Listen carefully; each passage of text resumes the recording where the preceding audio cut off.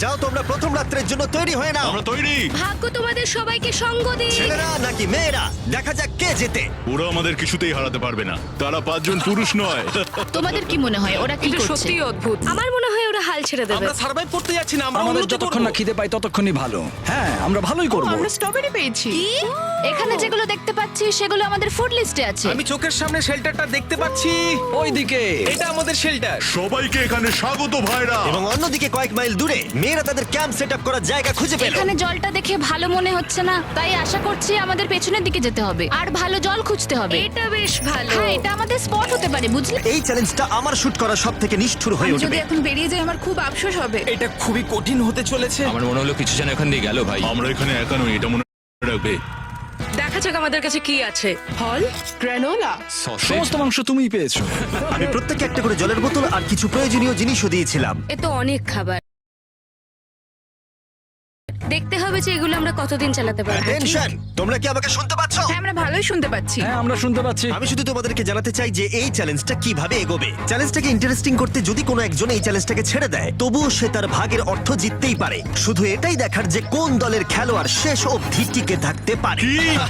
আমরা এটা আশা করিনি। কেউ কখনো করে না। এখন তোমাদেরকে ঠিক করতে হবে যে টিমমেটদের সাহায্য করতে তোমরা এখানে থাকবে নাকি খাবার বাঁচাতে তোমরা লিভ করে যাবে। এবং এই গোটা চ্যালেঞ্জে মেয়েদের টিম জানতে পারবে না এখনো পর্যন্ত কতজন ছেলে টিকে আছে, এবং ছেলেরা জানতে পারবে না যে মেয়েদের টিমে এখনো পর্যন্ত কতজন টিকে আছে। এটাই হলো স্ট্র্যাটেজি। মজা এই হবে। খাবারটা দুজনের জন্যই যথেষ্ট, 5 জনের জন্য মোটেই আমরা নয়। কি একে অপরকে টিকিয়ে রাখতে পারবো সেটাই বুঝতে পারছি আমাদের না। ব্রিজটা ক্রস করতেই হবে ওখানে কেউ গেলে। যদি কুইট করতে চায় আমি তার বিরুদ্ধে একদমই যাব না। কিন্তু আমি তো অবশ্যই যাব।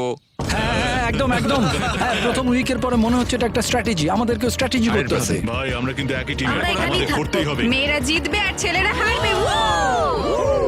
বাকি রাতটা ধরে দুটো শিবিরই নিজেদের ক্যাম্প মজবুত করতে থাকলো আসন্ন ঝড়ের কথা মাথায় রেখে, এবং ছেলেরা শুরু করলো গাছের একটা ভেঙে নেওয়া ডাল দিয়ে। আমরা তাঁবুটাকে প্রায় বানিয়ে ফেলেছি। মেয়েরা সেটা করছে না। আসলে তারা করে এবং ছেলেদের থেকে ভালো করছিল। ওপরের দিকে। আমি চেষ্টা করছি আগুনটা জ্বালানোর। আমরা ছেলেদেরকে হারাবো। এবার চলে যাবে। আগুন। আমাদের যাত্রা এবার শুরু হলো। প্রথম রাতটা অনেকটাই টাফ ছিল, আমার ঘুম আসতে অনেকটা টাইম লেগেছে। Good morning. আমাদের আরো কিছু জিনিসপত্র লাগবে। চলো আমরা তৈরি করা শুরু করি। আমার মনে হয় ছেলেদের থেকে মেয়েরা বেশি ভালো কাজ করছে। আমরা জঙ্গলের মধ্যে দিয়ে যাচ্ছি কারণ আমাদের জলের দরকার। পরিষ্কার পানীয় জল পেতে ছেলেদের অনেক মাইল পেরোতে হতো পানির অযোগ্য নোংরা জলাভূমির আশা মধ্য করি দিয়ে। মেয়েরাও যেন এমন কিছুর মধ্যে দিয়ে যায়। আমি মিথ্যে বলবো না, এই জলটার মধ্যে কিছুই দেখা যাচ্ছে না। আমি এই নোংরা জল মোটেই খেতে চাই না। ভালো 1.5 মাইল 2 মাইল হাঁটা, এটা সবে দ্বিতীয় দিন। এবং অনেক ঘন্টা খোঁজার পরে ছেলেরা অবশেষে জলের উৎস খুঁজে পেল। আমরা পেরেছি, শেষমেশ পেলাম। 3 নম্বর দিনে ইতিমধ্যেই মেয়েরা তাদের একজন টিমমেটকে এলিমিনেট করবার চেষ্টা করছিল খাবার বাঁচানোর জন্য। যদি আমরা এই চ্যালেঞ্জটাকে জিততে চাই এই কটা খাবার নিয়ে, তাহলে সেটা কোনোভাবেই সম্ভব নয়। আমি চাই যে কোনো দুজন আমার সঙ্গে শেষ অবধি টিকে থাকুক। হ্যাঁ, আমিও একমত। এবং পুরো দলের কাছে এটা খুব পরিষ্কার ছিল যে এই দুটো মেয়ে কে হবে। পেড্রা আর জুলিয়া হলো আমাদের জেতানোর একমাত্র আশা, তাই আমরা সবাই ওর পাশে আছি এবং যতটা সম্ভব হয় আমরা করব। এবং অন্যদিকে ছেলেদের এটার ব্যাপারে কোনো ধারণাই ছিল না। জানি না কি হতে চলেছে। না, আমাদের মধ্যে সেরকম কোনো প্ল্যানিং আমরা 5 জন মানুষ এই এতটুকু খাবার খাচ্ছি। আমার মনে হয় না আমরা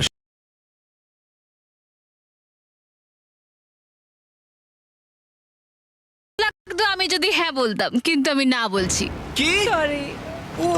তুমি কিন্তু খুব লোভী। এটা ডে 60, তোমরা যত খুশি কথা বলতে পারো। 10 দিনে